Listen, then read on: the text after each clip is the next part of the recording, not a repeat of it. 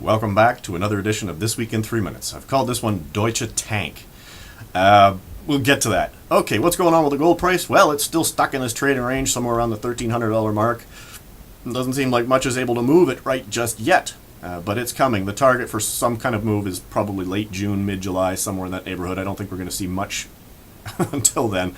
However, there are some really strange things going on right now. One thing I want to point out, sort of a positive note for gold, is that the US dollar is in decline, and when the US dollar goes into a decline, it's typically a multi-year decline. That we've seen 3 major cycles, and during those multi-year US dollar declines, we saw a multi-year rise in the price of gold. The last 3 cycles averaged over 600%, and I tip my hat to Jeff Clark for sharing that info. Fantastic charts. Go into the show notes, you'll have a look at it.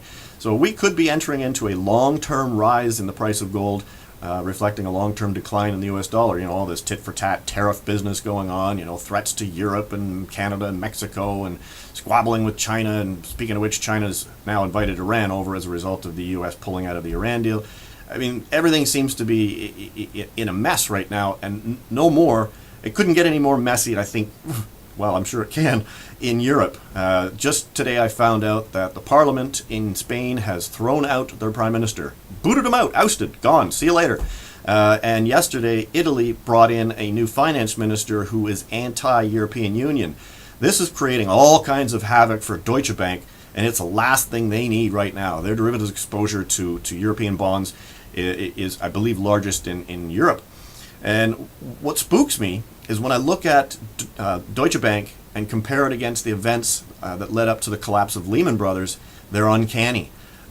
Share prices declining 50% year to date this year at Deutsche Bank, 2008 in Lehman Brothers. In early 2008, they laid off 5% of their workforce. This year, Deutsche Bank just laid off 7% of its workforce.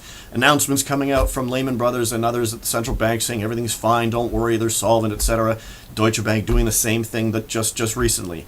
I don't know if this is exactly what's going to trigger the next crisis, but if you could pinpoint one and give it the greatest odds, it's likely to be Deutsche Bank that creates the next banking crisis.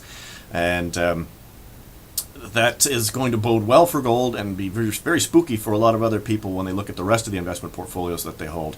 So hang on to those safe haven assets.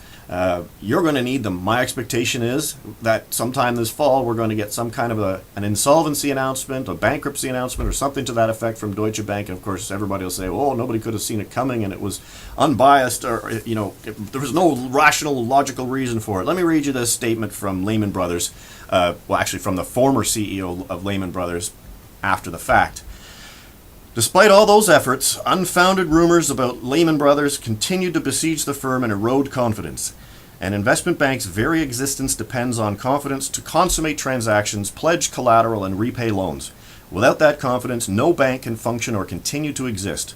This loss of confidence, although unjustified and irrational, became a self-fulfilling prophecy and culminated in a classic run on the bank. I'm pretty sure that's what's about to happen at Deutsche Bank, and it's going to create all kinds of problems. So hang on to your gold. I think you're going to need it in a big way in the years to come. On that note, have a great weekend. We'll see you next Friday.